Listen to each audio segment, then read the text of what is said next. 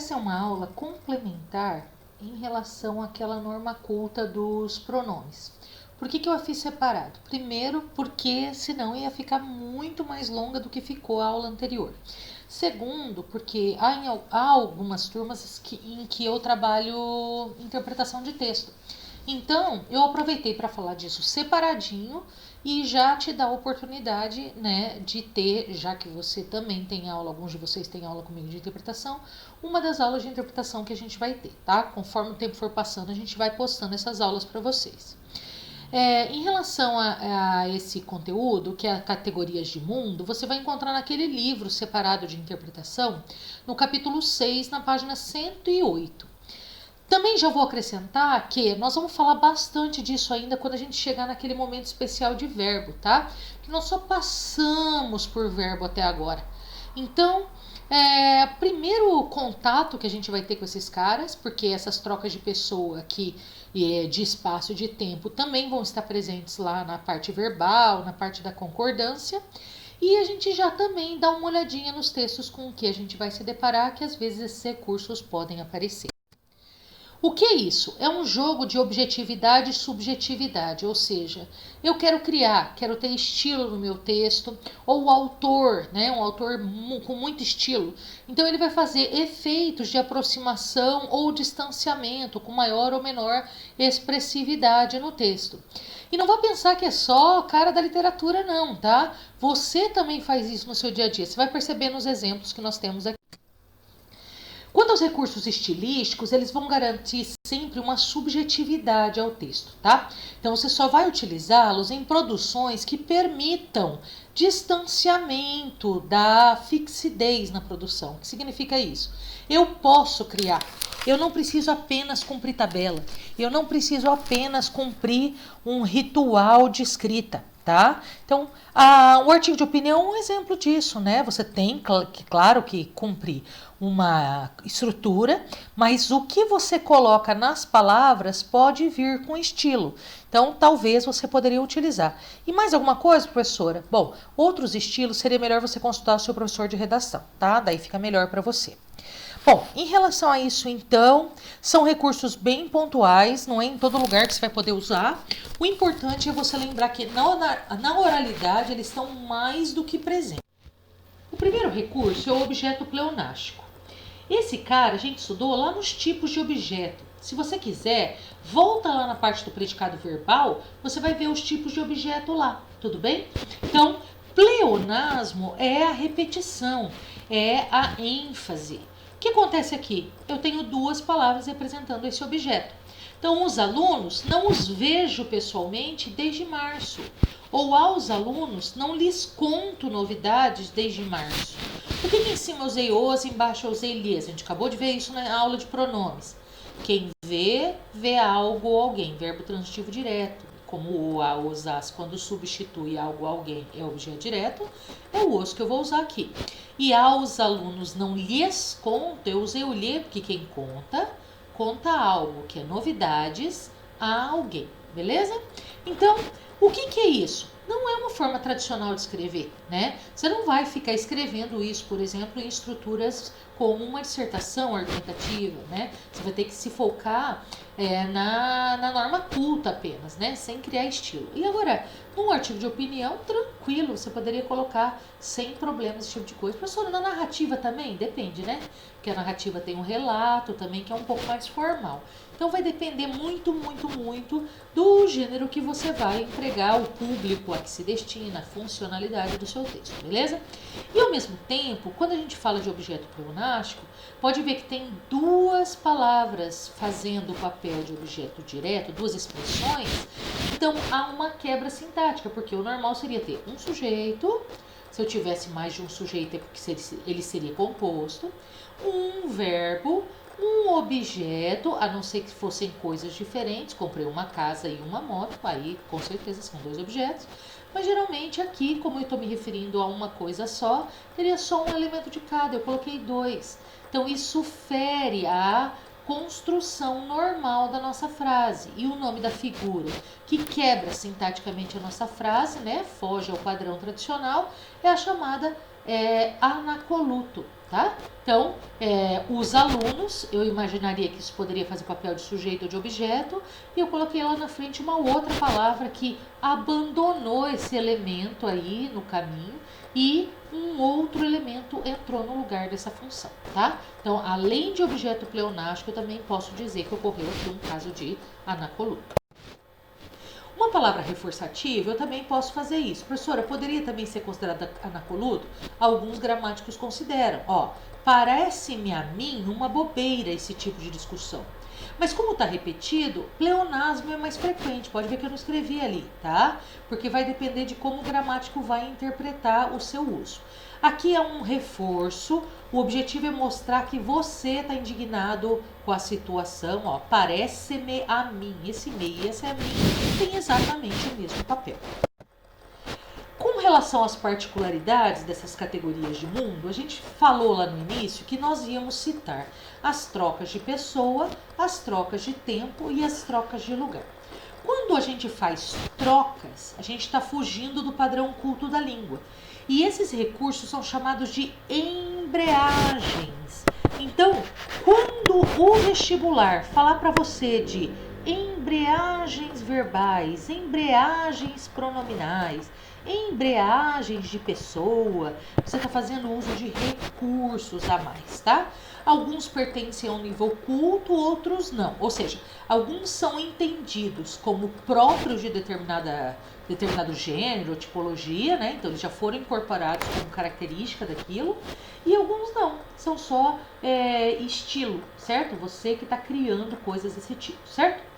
Quando eu falo dessas trocas, o meu objetivo ou é aproximação ou é afastamento. Toda vez que eu falar de aproximação, meu objetivo é indicar intimidade e informalidade, ou seja, a minha relação com a pessoa é mais próxima. E quando eu indico afastamento, ou é porque eu quero determinar formalidade, porque aquele público ou aquele gênero exige esse tipo de comportamento, ou eu quero demonstrar um certo respeito em relação à pessoa, né? Então, eu tento caprichar, né, no uso que eu vou fazer, sem, né, digamos assim, me aproximar dela, tá? Mas isso, lembrando, pode ser do padrão e também pode ser um recurso. Aí você fala, mas como assim? Calma aí que eu vou chegar num exemplo e vou citar isso aí para você. Bom, pronome de interesse é o primeiro recurso que eu posso utilizar. O que eu vou fazer? Eu vou pegar a primeira pessoa do singular e vou colocar no lugar da segunda do singular. Então ali, olha o exemplo. Você vive reclamando da falta de respeito do João. Você é a segunda pessoa porque é a pessoa com quem eu falo, certo? E agora me casa com ele? Por acaso, sou eu que vou casar com esse cara? Não. Na verdade, a gente fala isso para as pessoas, fala assim, como que você está casando com um cara de quem você reclama? Beleza? Então, você mostrou interesse porque você se colocou na comunicação, mostrando que você está se envolvendo emocionalmente com a situação, mesmo que ela não vá, de certa forma, te atingir, tá? Então, qual seria a frase tradicional? Você vive reclamando da falta de respeito do João e agora se casa com ele, tá vendo? Eu simplesmente troquei esse C por aquele B, beleza? O segundo exemplo vai fazer você trocar, que também é um pronome de interesse, a primeira pessoa do singular e colocar no lugar da segunda pessoa do singular. A segunda pessoa é com quem eu falo. Vamos lá. Vocês vão se casar? Então vamos começar aqui. Nós estamos falando do vocês. Vocês vão se casar, Pedriana? Que boa notícia! E aonde nós iremos na lua de mel? Escuta, por acaso você vai à lua de mel com seus amigos? Não, mas por que você faz isso? Você faz isso dizendo que você está super interessada pela conversa, porque você ficou feliz, quer demonstrar que você está super apoiando a situação, né? Mostrando assim, nossa, é uma coisa que eu queria muito entre vocês, certo? Então você faz isso. Qual seria o padrão? Vocês vão se casar, Pedriana? Que boa notícia! E aonde vocês, pessoas com quem eu estou falando, vão na lua de mel, beleza? Então eu troquei o vocês por nós para mostrar maior proximidade com a situação, intimidade com ela, tá? A não ser que você vá com eles mesmo, mas em condições normais de temperatura e pressão, isso não acontece. Nós temos também o chamado plural de modéstia. O que vai acontecer? Você vai trocar o plural pelo singular. Você vai continuar usando a primeira pessoa, só que para não parecer arrogante, você vai utilizar o plural, para parecer que você está falando de um grupo e não de uma pessoa só. Então, ó, nós estamos preparando as aulas de língua portuguesa com capricho. Quando a gente diz nós estamos preparando as aulas de língua portuguesa com capricho, eu estou me referindo a eu. Aí você fala assim, sério, professora? Sim, ó, eu tô preparando as aulas de língua portuguesa para vocês. Mas por que eu coloquei nós? Porque um indivíduo, comprovadamente, quando fala de si o tempo todo, acaba gerando um desconforto no outro. O outro não gosta, ele gosta de ser inserido na conversa. Então, por causa disso, a pessoa que fala muito de si é vista como egoísta, arrogante, sabe? Praticando o ostracismo. Ela se volta para ela mesma e não enxerga mais nada do mundo, tá? Então, por causa disso, uma forma de amenizar essa situação seria utilizar. Repara nas aulas dos outros professores. A maioria deles vão dizer assim, nós estamos aqui gravando as aulas para vocês, para não parecer que eles estão falando deles mesmos o tempo todo. Uma outra forma de criar é o plural de reverência. O que acontece aqui? Você deveria falar com o seu interlocutor, que é a segunda pessoa, no singular, por exemplo. E você opta por colocar no plural. Aí você fala, mas você vai fazer isso? Sim. Não é à toa que o discurso religioso utiliza muito esse recurso. Deixa eu só abrir um parêntese aqui e deixar bem claro, pessoal, que como ele é muito frequente no discurso religioso e várias provas já cobraram esse tipo de coisa, eu coloquei a oração do Pai Nosso aqui para mostrar na prática isso para vocês, tá? Deixando claro também que, de repente, se a igreja explica isso para você de uma outra maneira, aqui nós estamos falando de discurso linguístico, tá? Ou seja, a língua em uso. Então, nesse caso, nós utilizamos para a linguística para avaliar como as pessoas colocam a comunicação na prática, tá bom? Então, por favor, separem as coisas, tá certo? Coloquei aqui, independente de você crer ou não, é um exemplo que pode estar na sua prova, tá bom? Então, olha só, eu vou trocar a segunda pessoa do singular pela segunda pessoa do plural. Por quê? Daí eu vou enaltecer a figura do outro. Que eu me lembre, a gente aprende que como sendo a oração do Pai Nosso, no vós, porque é Pai, Filho, Espírito Santo, mas a linguística não vê dessa maneira. A linguística vê como uma forma de reverenciar, tanto é que todas as orações, ou a maior parte delas, as mais tradicionais, apresentam o vós como interlocutor, mesmo que você esteja falando de uma pessoa só, tá? Então aqui, ó. Pai nosso que estais no céu, eu estou, nós estamos, vós estais. Santificado seja o vosso nome, em vez de seu nome. Venha a nós o vosso reino, seja feita a vossa vontade. Depois, o pão nosso de cada dia dai-nos hoje, perdoai-nos as ofensas. Nós perdoamos, vós perdoais. Tirou o S aí porque é imperativo, né? Tô dando uma ordem para o meu interlocutor, né? No caso aqui fazendo uma súplica para ele. Assim como nós perdoamos a quem nos tem ofendido e não nos deixei cair em tentação, tá? Aqui seria deixeis, então nessa escritura aqui ele tá com uma impropriedade gramatical, mas aqui não interessa pra gente. O que interessa é o uso do plural na segunda pessoa para reverenciar o interlocutor. Lembrando que você precisa enaltecê-lo para ele atender a sua súplica, tudo bem? Então, por isso que você vai fazer isso. Uma outra maneira também é substituir a primeira pessoa, porque é você que está falando, pela terceira. Eu também, em sala de aula, já usei muito isso, tá? Pode dar uma olhadinha que os seus professores também vão utilizar, tá? Então, nesse caso, o que vai acontecer? Em vez de você virar para a pessoa e dizer isso aqui, no caso, a gente faz muito isso com criança, né? Então, em vez de você dizer, eu já disse que se você colocar a mão aí vai se machucar, a mãe costuma dizer, a mamãe já disse que se você colocar a mão aí, vai se machucar. Tá vendo? Você tirou a primeira pessoa, que seria o tradicional, porque é você que está falando, e colocou no lugar a terceira pessoa. O objetivo é o quê? Se afastar. E daí você fala, mas por que se afastar se o discurso é íntimo? Porque quando o outro fala, parece que você ouve mais do que quando a sua mãe fala diretamente com você. Que é um exemplo de discurso da mãe, falando assim, ó. Toda vez que eu falo, você fala não, mas agora que é porque o fulano falou, já ouviu esse tipo de discurso, né? Então, por isso, porque a gente ouve mais aqueles que estão um pouco mais distantes do que aqueles que estão perto. Porque a gente tem uma sensação que talvez tenha um objetivo subentendido nos próximos, né? Nessa comunicação e no outro não, né? Então a gente tem que tomar cuidado, muito pelo contrário, né? Às vezes o outro tem um objetivo, né, por detrás disso e quem está mais próximo está fazendo para preservar a gente, tá bom? Então uma outra maneira também é essa, é substituir a primeira pessoa do singular pela terceira pessoa do singular. Uma outra maneira é você substituir a primeira pessoa pela terceira. Daí você está se afastando.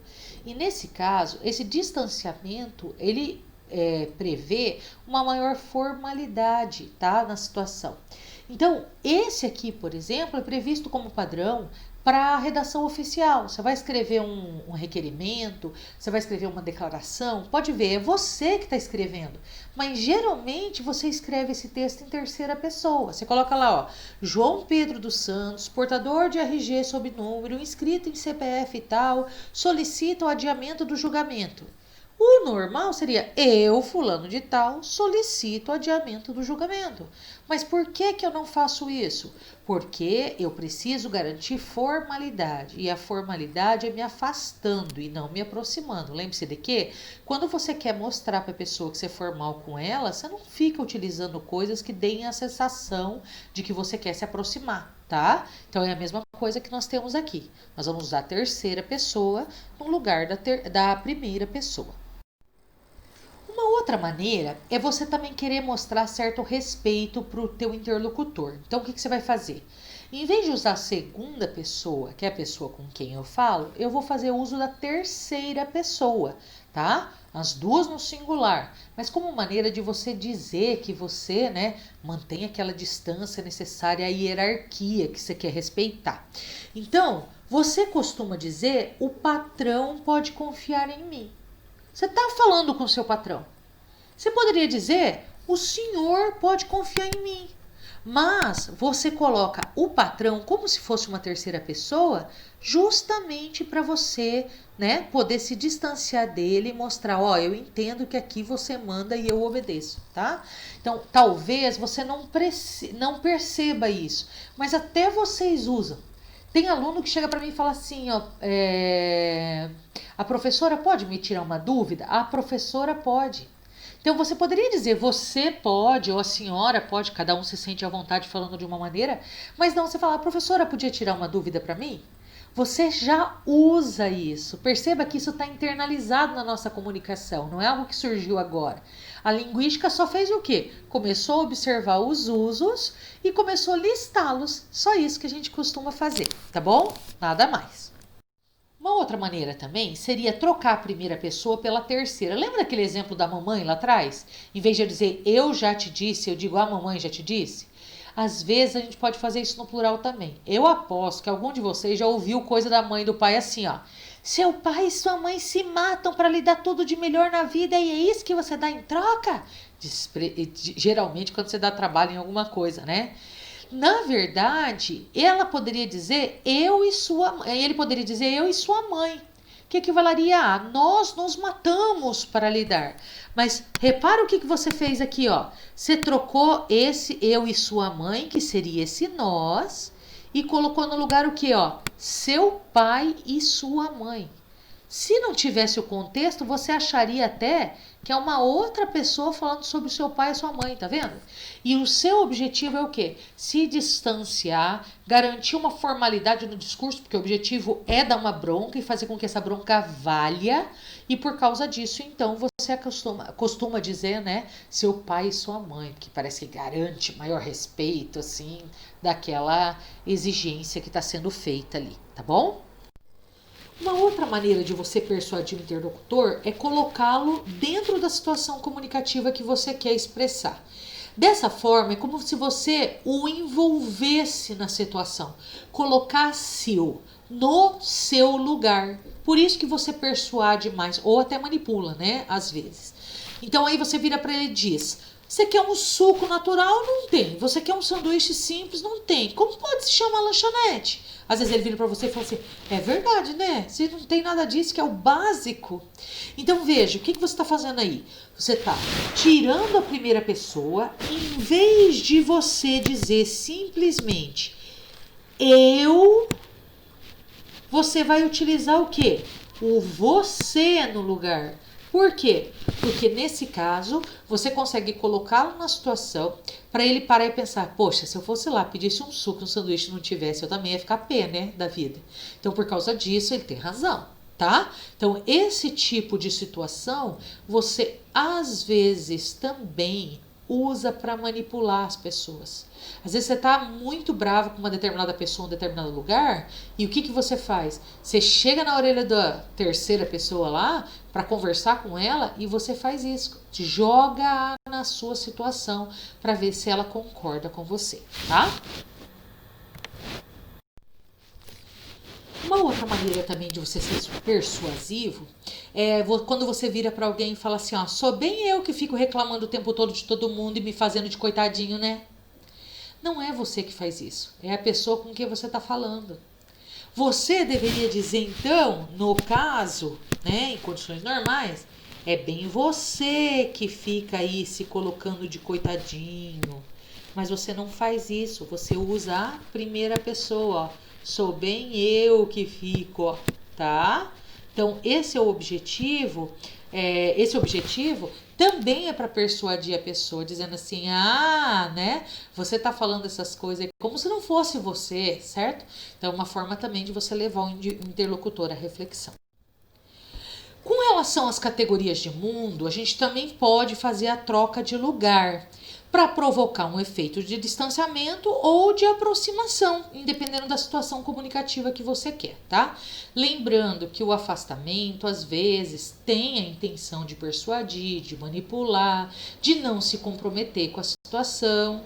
E a aproximação é querer se colocar na situação, tá? Então, esses recursos você vai ver bastante nas frases na prática, tá? Porque você usa outros recursos que não só os verbais, da concordância, não só do padrão culto da língua, para poder se expressar, tá? Vamos dar uma olhadinha em alguns exemplos que a gente tem aqui. Ó, em relação à aproximação, olha um exemplo. Lembro-me bem na minha última viagem à Itália. Este lugar não me sai da cabeça.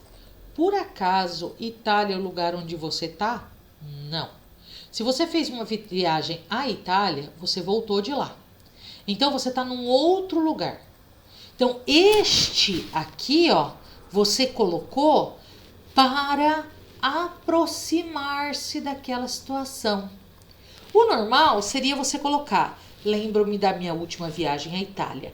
Aquele lugar não me sai da cabeça, porque ele está distante de você. É um lugar que você está citando para outra pessoa. Então, não é o lugar onde você está. Então, o que eu tenho comigo, eu estou nele, perto dele, é isto. O que está longe de mim é aquele, aquela e aquilo. Então, como a Itália está longe de você, deveria ser aquela, mas não é o que você costuma utilizar quando você quer mostrar essa aproximação. E o distanciamento, você geralmente faz, sem nem perceber também, em relação às pessoas. Quer ver? Ó? Solicito que desconsidere o depoimento dessa testemunha, Vossa Excelência. Dessa testemunha, por quê? A testemunha está no mesmo local que você, então você deveria dizer desta testemunha, beleza? Mas por que você se afastou dela? Porque você queria tratar a informação que ela trouxe, a pessoa que está ali testemunhando, com desdém. Você queria se afastar dela, dizendo que ela não convém. Então, uma forma de você fazer isso é substituindo a presença desta pela pelo afastamento com essa, tá? Ou quem é essa mulher quando você chega dando bronca em alguém? Quem é esse cara quando você chega dando bronca em alguém, tá? Então, você geralmente desconsidera a posição espacial do indivíduo. Você simplesmente substitui os pronomes para você conseguir garantir, né, maior expressividade naquela situação. E por último, as trocas de tempo. Então, eu já vou deixar bem claro para vocês uma coisa aqui. Nós veremos muito isso naquela aula especial de verbos, tá? Então, pode ficar tranquilo que aqui é só para dar uma olhadinha. Por isso eu trouxe tal qual aparece no seu material, porque depois a gente vai ver do jeitinho da rádio, tá bom? Para não ficar extremamente repetitivo. Mas já vamos dar uma olhadinha para deixar a aula completa aqui, tá? Bom, as trocas de tempo, elas também são efeitos expressivos, ou seja, você também vai querer se colocar na situação, não se colocar nela. Por quê? Ou você quer garantir a veracidade daquilo, ou você não quer se comprometer com aquilo. Ou você quer garantir maior tonalidade para aquele discurso seu, então você escolhe um. Ah, não, você quer garantir maior certeza, daí você escolhe outro, tá? Então, lembrando, parte disso a gente já viu um pouquinho lá atrás nos aspectos verbais, lá na aula de verbo. Qualquer coisa, dá uma voltadinha lá, tá? Mas se não, fique tranquilo, porque lá na frente nós vamos falar muito de verbo ainda, tá? Ou em sala de aula, presencialmente, ou virtualmente, até que a gente possa voltar a se encontrar, tá bom? Então, olha só, o efeito é distanciamento também ou aproximação, e eu posso fazer com. A aproximação, por exemplo. Você vira para a pessoa e diz assim, ó, eu aposto que se ele viesse e pedisse para ficar com você, você ficava com ele, não ficava? O que você quer dizer? Que você já sabe o que ia acontecer se isso se concretizasse. O que vai se concretizar? Ele pedir para ficar com você. Só que, se ele viesse e pedisse para ficar com você, é uma hipótese. Você concorda comigo? Tá? Você está levantando essa hipótese. Só que o verbo que você colocou para falar da consequência dessa hipótese é um verbo que está no passado. E se está no passado, é porque ele já foi concretizado, né? Então, você ficava com ele. A pergunta é, isso já aconteceu? Não. Então, por que você escolheu um verbo para dar a ideia de certeza numa situação que não é de certeza? Justamente para mostrar, olha que coisa legal isso aqui. A gente vai estudar isso de novo depois lá em verbo, né? Ó, consequência certa de uma hipótese, tá? Então, você está criando uma hipótese, só que você quer dar certeza de que você sabe o que aconteceria. Então, você pega e coloca ali um verbo como se já fosse concretizado, tá? Qual seria o verbo tradicional de utilizar? Eu aposto que se ele viesse e pedisse para ficar com você, você ficaria com ele, não ficaria? Só que quando você diz ficaria, perde um pouco dessa certeza, porque ele é apenas hipotético. Sabe quem é esse cara? É o tal do conditional no inglês, would. É aquele que você utiliza só para levantar hipóteses. Agora, aqui você está levantando uma hipótese, mas você quer mostrar que você tem certeza de que ia acontecer, tá bom? Então, para fazer isso, você faz o quê? Aproxima esse fato da realidade.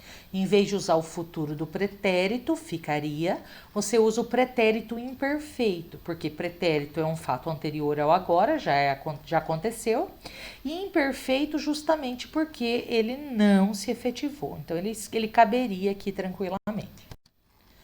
Um exemplo de distanciamento seria, a cloroquina seria um medicamento eficaz no tratamento do Covid-19, segundo cientistas. Você vê?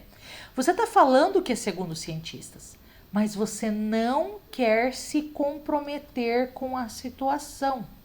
Essa deveria ser a fala das pessoas que deram seus pronunciamentos em relação ao medicamento. Mas não. O que eles fizeram?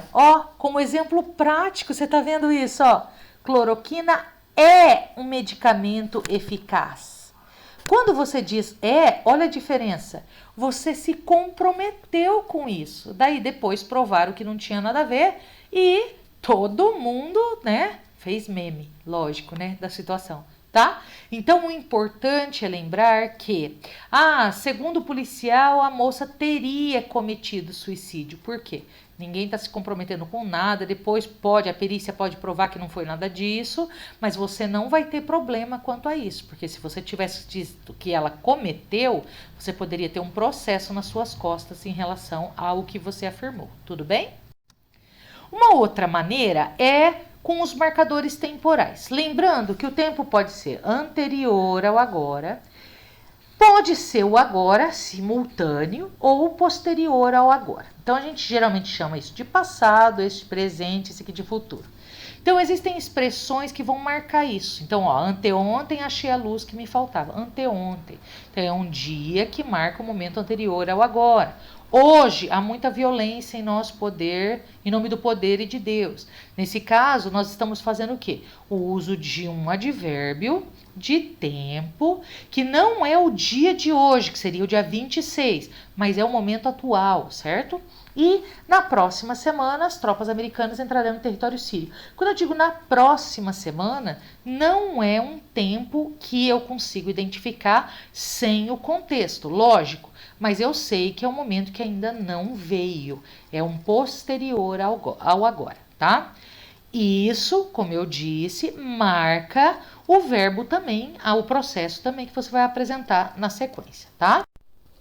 Bom, esses marcadores temporais, eles vão construir dois sistemas importantes aqui para a gente estudar, tá? Inclusive, é muito frequente cair isso em prova. E às vezes você se esquece. Uma coisa importante, pessoal, é você sempre olhar a fonte. É ela que estabelece o tempo da informação, tá? Então, o que você vai perceber? Aquele texto foi escrito, por exemplo, no dia 20 de março. E lá ele citou na semana passada. Então você não pode se esquecer que é a semana anterior à semana do dia 20 de março. Então o que é isso? Esse é o chamado sistema enuncivo, porque é o marco temporal do enunciado, da coisa que está sendo dita. Então o tempo está sendo determinado ali naquele contexto. Agora, nós temos o momento da enunciação, que é o sistema enunciativo. O que é isso? É o momento em que você produz a informação, tá?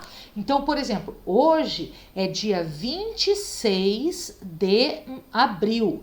Então, eu estou dizendo, hoje eu estou gravando a aula, esse hoje é o dia 26 de abril. A coisa está acontecendo no dia 26. Agora, eu vou colocar essa aula no site e você só vai assisti-la lá na sexta-feira. Então, quando você assistir, já não é mais o mesmo momento da enunciação, no momento em que a mensagem foi produzida, entendeu? Então, aí você vai ter que usar as informações que eu estou colocando aqui como referência para você poder entender. Todo mundo entendeu isso? Então, uma coisa é o momento em que a comunicação é produzida. Esse é o momento da enunciação. Agora, depois que ela foi produzida, então eu tenho que ter a referência do tempo, porque tudo está relativo a essa referência, e daí vai virar um sistema enuncivo para mim, porque eu estou num tempo diferente do momento em que isso foi produzido. Tá certo? Então vamos ver um exemplo de sistema enuncivo. O prefeito foi assassinado numa sexta. Olha o tempo que eu marquei aqui, numa sexta. Quando foi isso? Eu não sei. Na tarde anterior, foi visto conversando com um empresário famoso da cidade. Mas na sexta anterior a quê? A sexta do assassinato. Agora, quando foi? Eu não tenho essa referência.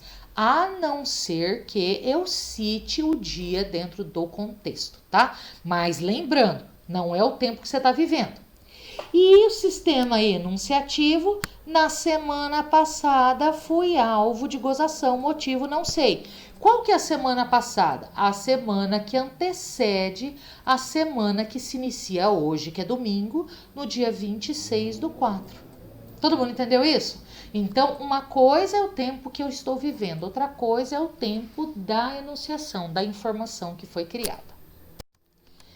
Quando aos marcadores aspectuais, a gente tem aspectos que são pontuais, quando a coisa acontece de repente, de supetão, subitamente. Temos o aspecto durativo, que dá a ideia de duração, uma continuidade, né? Temos o aspecto iterativo, quando ele dura porque ele se repete. Temos o aspecto incoativo, quando eu quero marcar o início de um determinado processo, e o terminativo, quando eu quero marcar o término do processo, tudo bem? Então, nós já vimos isso um pouquinho lá em verbo lá atrás e vamos ver de novo em verbo lá. Então, olha só, subitamente uma voz surgiu dos escombros. Pá! Aconteceu, naquele momento, de repente. Durativo, gradualmente ele foi se tornando o principal. Então, foi aos poucos, um pouquinho de cada vez.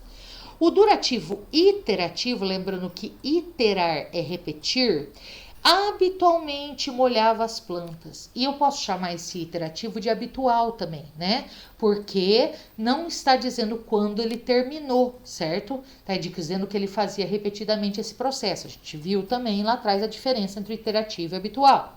O incoativo, primeiramente tomava banho, depois escrevia, tá vendo? Qual é o processo que iniciava o ritual dele do banho, certo? E, enfim, a CPI terminou em pizza, claro. Enfim, então é o último momento do processo, tá bom? Então, esses aspectos a gente já viu, mas vai rever também em verbo lá na frente. Professor, e os exercícios dessa matéria? Faça o máximo que você conseguir. Por quê? Como não é uma coisa que a gente costuma observar, quanto mais você fizer, melhor, tá? Eles vão te ajudar, inclusive, a entender o funcionamento dos verbos lá na frente, tá bom? Por isso, eu não vou selecionar um exercício ou outro aqui para você fazer. Eu sugiro que você trabalhe com o máximo que você conseguir, tá bom? Vai te ajudar pra caramba na interpretação. Um grande beijo para vocês, até a próxima.